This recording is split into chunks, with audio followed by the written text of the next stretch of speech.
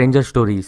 ये चैनल भी अपने चैनल की तरह ही हॉरर स्टोरीज बनाता है इंग्लिश में। अगर आपको कहानियां इंग्लिश में देखनी हो तो जरूर इस चैनल को सब्सक्राइब कर देना। तो ये कहानी खत्म होते ही जरूर उस चैनल पे जाना और अपना प्यार देना। उस चैनल की लिंक मैंने डिस्क्रिप्शन बॉक्स में दे रखी है। अभी आज के कहानी पे आते हैं। एक शाम जब मैं अपने गैराज की सफाई कर रहा था तब मैंने एक गाड़ी के इंजन की रोर करते हुए आवाज सुनी। एक गाड़ी मेरे घर के सामने के रास्ते पर बहुत ही ज्यादा स्पीड में जा रही थी। ऑल ऑफ अ सडन उस गाड़ी के टायर्स का आवाज, गाड़ी किसी पे तो बैंग हुई है, इसका आवाज आया।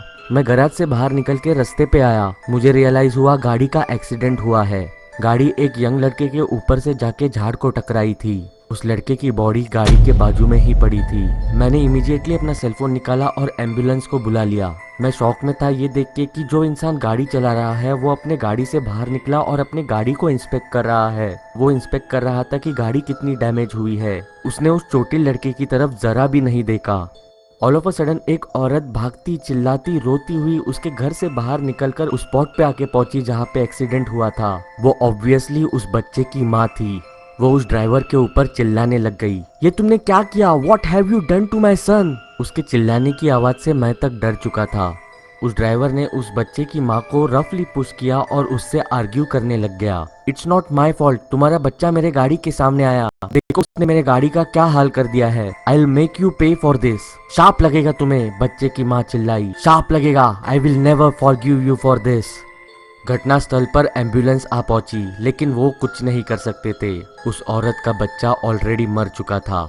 पुलिस वहां पे पहुंची। उन्होंने ये खोजने की कोशिश की कि एक्सीडेंट के लिए कौन रिस्पॉन्सिबल है, लेकिन वहां पे कोई भी विटनेस नहीं था। पुलिस को वही एक्सेप्ट करना पड़ा जो ड्राइवर का वर्जन था। उसे किसी भी चीज के लिए गुनहगार नहीं ठहराया गया and was allowed to go free. कुछ दिनों बाद उस गाड़ी के ड्राइवर ने उस मरे हुए बच्चे की माँ को गाड़ी रिपेयरिंग का बिल भेजा।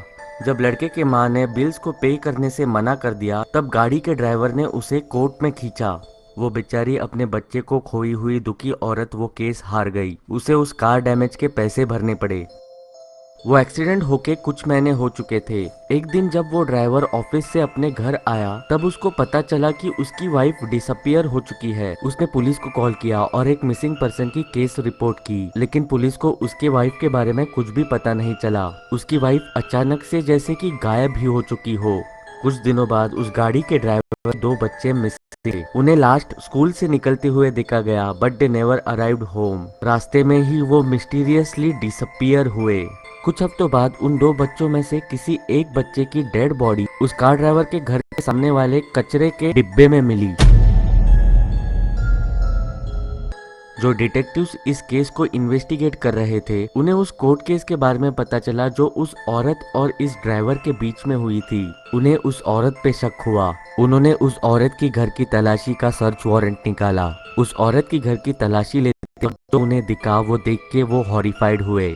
उस औरत ने लिविंग रूम में एक टेबल पर अपने मरे हुए बच्चे की तस्वीर लगाई थी और उस तस्वीर के सामने दो चेयर्स थे। उन चेयर्स पे था उस ड्राइवर के मिसिंग वाइफ और बच्चे का कटा हुआ सर।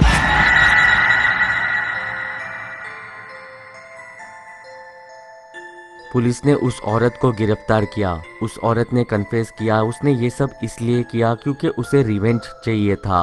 उसे उस आदमी को टॉर्चर करना था। उस औरत को कोर्ट में गुनहगार माना गया और उसे डेथ पेनल्टी हुई। She was executed by hanging and all of this due to a damaged car.